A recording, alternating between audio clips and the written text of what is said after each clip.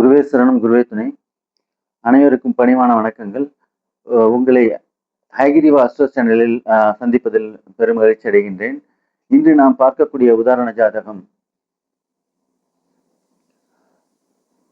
இவர் ஒரு பெண் ஜாதகர், ஃபீமேல். இவர் பிறந்த டேட் 30/4/1982 காலை 7:50 பிறந்துள்ளார். பாண்டிச்சேரியில் பிறந்துள்ளார். இவருடைய ஜாதக கட்டங்களை ஆராய்வோம், அடைவுகளை ஆராய்வோம். ரிஷப லக்னம், லக்னத்துக்கு 2 புதன் ஆட்சி, ராகுவுடன் சேர்ந்துள்ளார். 3 சந்திரன் ஆட்சி பெற்றுள்ளார். 5ஆம் இடத்தில் சனி செவ்வாய் சேர்க்கை. 6ஆம் இடத்தில் குரு வக்ரமாக உள்ளார். 8ஆம் இடத்தில் கேது. 11ஆம் இடத்தில் சுக்கிரன் உச்சம் பெற்றிருக்கிறார். லக்னாதிபதி உச்சம் பெற்றிருக்கிறார். 12இல் சூரியன் அமர்ந்துள்ளார். 12இல் சூரியன் இதான் இவர் ஜாதகத்துடைய அடைவு. இவர் பிறந்த நட்சத்திரம் பார்த்தீங்கன்னா பூச நட்சத்திரத்தில் பிறந்துள்ளார். பூச நட்சத்திரம், சந்திரன் கடகராசியில் புனர்பூசம், பூசம் ஆயில்யம் வருகிறது. இவர் பூச நட்சத்திரத்தில் பிறந்துள்ளார். சித்திரை மாசம், சூரியன் சித்திரை மாசத்தில் பிறந்துள்ளார். இவருடைய கேள்வி என்னவென்றால், இவருடைய உடல்நிலை, இவர் ஒரு பிரைவேட் ஸ்கூலில் டீச்சராக வேலை செய்து கொண்டிருக்கிறார். சுக்கிர திசையில் அவரால் வேலைக்கு கூட செல்ல முடியல. அந்த அளவுக்கு உடல்நிலை பாதித்துள்ளது. மிகப்பெரிய நோயினால் அவதி வருகிறார். நோயின் பெயரை கூட சொல்ல விரும்பவில்லை. அந்த அளவு கொடிய வியாதி. எதனால் ஏற்பட்டது என்பதை நாம் ஆய்வு செய்வோம். ஃபர்ஸ்ட் பார்க்கும்போது இங்க குரு பாத்தீங்கன்னா வக்ரமாயிருக்கு. குரு இந்த ஜாதகத்துக்கு ரிஷப லக்னத்துக்கு அஷ்டமாதிபதி. அஷ்டமாதிபதி வரக்கூடாத திசை. அவர் நல்ல விதத்துல உதவி செய்ய மாட்டார். அஷ்டமாதிபதி 8 6ல மறைஞ்சா கூட அது விபரீத ராஜயோகம்னு சொல்லுவாங்க. ஆனா இப்ப 6ஆம் இடத்து பலன்களை தான் செய்யும். 6ஆம் இடம் என்பது நோய், கடன், எதிரி, இந்த பலன்களை தான் இந்த குரு செய்யும். ஆனால் அவருக்கு குரு திசை வரவில்லை.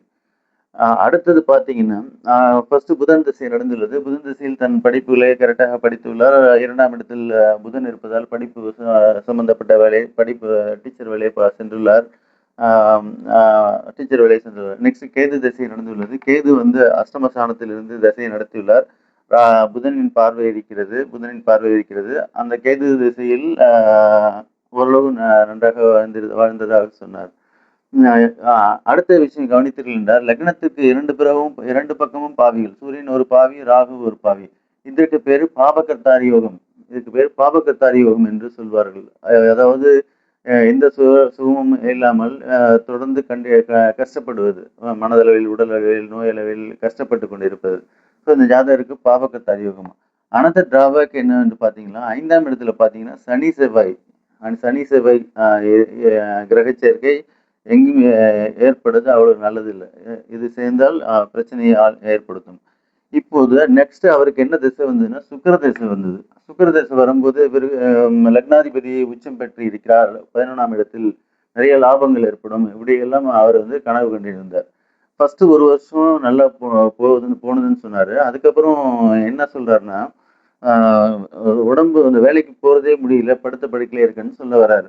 இப்போ எதனால அதை நம்ம நடந்து பார்த்தோம். இங்க கவனிச்சுங்க, இங்க ஒரு பரிவர்த்தனை நடந்திருக்கு பாருங்க. சுக்கிரன் வீட்டுல குருவும், குரு வீட்டுல சுக்கிரனும் பரிவர்த்தனைப்பட்டிருக்காங்க. பரிவர்த்தனை மாறி மாறி இடத்தை மாற்றி உட்காந்துக்கிறது பரிவர்த்தனை நமக்கு தெரியும். இப்போ இந்த பரிவர்த்தனை நல்லதுதான் செய்யும்னு சொல்லுவாங்க. ஆனா இந்த ஜாதகத்தை பாத்தீங்கன்னா இந்த பரிவர்த்தனை கெட்ட பரிவர்த்தனையா மாறி இருக்கு. அசுப பரிவர்த்தனையா மாறி இருக்கு. ஏன்னா இது 6ஆம் இடம். இது லக்னாதிபதிக்கும் உடையவர், 6ஆம் இடத்துக்கும் உடையவர். இவரை பார்த்தீங்கன்னா 8ஆம் இடத்துக்கு உடையவர். 2 பேரும் பரிவர்த்தனை பெறுகிறார்கள். இந்த மாதிரி பரிவர்த்தனை பெறுவதால் இவருடைய உடல் நலம் கடுமையாக பாதிக்கப்பட்டுள்ளது.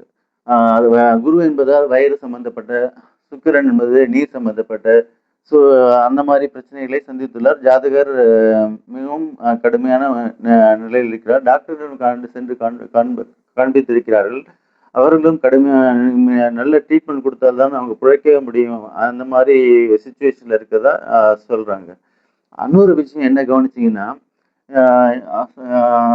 நம்ம சார விஷயங்கள் அந்த அளவு பலன் கொடுக்கறது இல்லை. இருந்தாலும் கொஞ்சம் எடுத்து பார்த்தோம்னா, இந்த சுக்கிரன் வந்து பார்த்தீங்கன்னா, அஷ்டமாதிபதி சாரம் வாங்கியிருக்கு. அஷ்டமாதிபதினா குருவோட சாரம் வாங்கியிருக்கு. குருவோட சாரம் வாங்கி 6ஆம் இடத்துல போய் உட்கார்ந்துட்டாரு.